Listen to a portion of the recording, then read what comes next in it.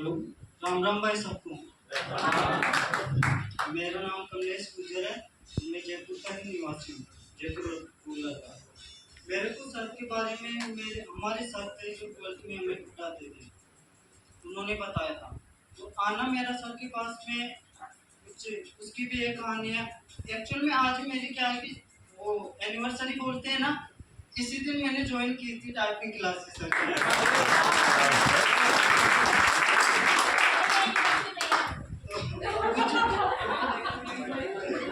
ठीक है। दूसरी बात, पहले तो आप सब अपने लिए ताले बजाओ। दूसरा, सर के लिए भी तालियां होनी चाहिए।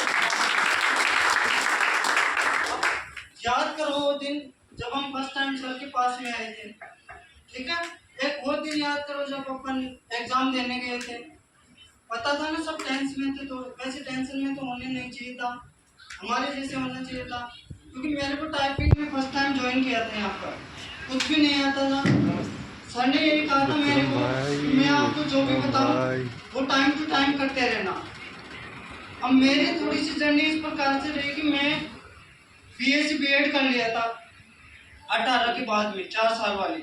और जैसे बीएससी बीएड किया और मैं सेकंड ग्रेड की 4200 ग्रेड पे की तैयारी करने लग गया। ठीक है। अब उसमें मेरा क्या है, नंबर तो दोनों पेपरों को मिलाकर खूब थे, पर मेरा वो 40% वाला लगभग 2 क्वेश्चन से भी कम से मैं रह गया मैथमेटिक्स में, उसका दुख था। फिर उसके बाद में मैंने 3rd ग्रेड की थी, उसके अंदर बढ़िया नंबर बन रहे थे, डीवी करवाया, लेकिन फाइनल में रह गया। 3600 ग्रेड पे आ गया।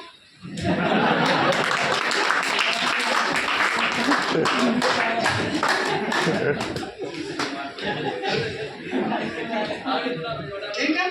फिर उसके बाद में हुआ क्या, एक संस्कृत डिपार्टमेंट वाली थी सेकंड ग्रेड की, वो मैंने दिया 4200 पर वापिस चला गया।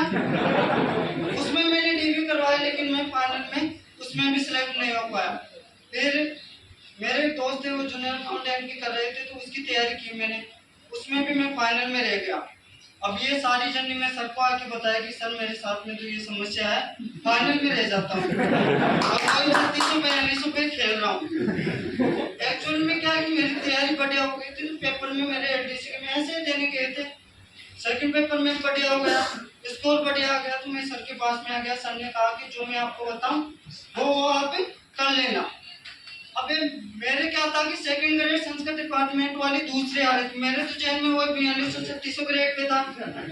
फिर मैं यहाँ सर की क्लासें लेता और वहां जाके रूम पर पढ़ने लग जाता, टाइपिंग करता ही नहीं। एक बार सर ने क्या है कि मेरे को सीढ़ियों में पकड़ लिया। आप देखो सर कितना ध्यान रखते हैं, इंडिविजुअली कितना ध्यान रखते हैं, तो कि भाई तू कर रहा है कि नहीं कर रहा। फिर मैं झूठ बोल दिया उस टाइम। मेरे क्या है कि वो दिल मान ही नहीं रहा था, मेरा टीचर बनने का सपना था। फिर कैसे भी करके सभी दोस्तों ने समझाया, फिर सर को मैंने सच बताया कि सर आज से करूंगा। फिर मैं रात के 1-1 बजे तक टाइपिंग करता था। ठीक है। और हुआ क्या कि मैं 200 से ऊपर जा ही नहीं पाया, ये पैराग्राफ देना। अब एग्जाम में क्या हुआ कि वो 300 प्लस वाले आ गए। अब शुरुआत में तो मैं घबरा गया कि करना क्या है। फिर बाद में सर ने बताया था कि आप स्किप कर सकते हो, और उसमें क्या है कि मेरे एफिशिएंसी में तो क्या कि ये मेरा दोस्त है, इसका नाम दिलकुश है, हम दोनों दोस्त इसलिए कह रहा हूँ क्योंकि एस्केप थोड़ा कम ही है हमारे दोनों का। ठीक है। तो हमने मतलब रूम पर खूब तैयारी करते थे, हम एफिशिएंसी भी बढ़िया कर लिया, 50 में से 50 सब। एक बात और कहना चाहूंगा, ये लोग आपको भ्रमित करेंगे। सर ने जो बताया ना पूरा पॉइंट बताया, उसके अलावा कुछ आया ही नहीं। आप ये देखो, और कई जो पेपर लेते थे ना एक्सरसाइज वाले एफिशिएंसी में, पता नहीं कहाँ से क्वेश्चन लेकर आ रहे थे, वो उसमें भी नहीं आया।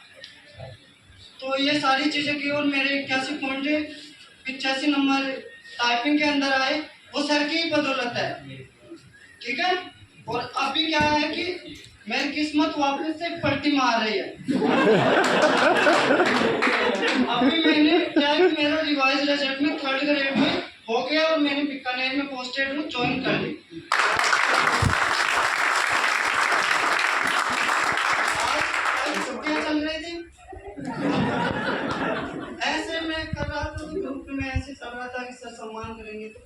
ने वो सेफ दी थी, मेरे जैसे स्टूडेंट को यदि शायद पास करवा सकते हैं। और मेरे को जल संसाधन मंत्रालय ये विभाग मिला है। अभी कोई भैया बोल रहे थे कि मेरे को मिला है, खूब प्यासों को पानी पिलाना, गड़बड़ मत करना बस। मैं 3700 पर हूँ, वापिस से 4200 पर जाने की कोशिश करूँ। लक्ष्य को इससे भी ऊपर जाए और आप सब अच्छा काम करें। पब्लिक से जुड़े हुए आपके सभी डिपार्टमेंट्स हैं, अपने सभी भाई बहन हैं, अपने सभी माता पिता है, सभी गाँव में रहते हैं, किसी के साथ में बुरा मत करना, अपना कार्य कर्तव्य पूरी निष्ठा के साथ में पूरा करना। और सबका मैं फिर से धन्यवाद करना चाहता हूँ।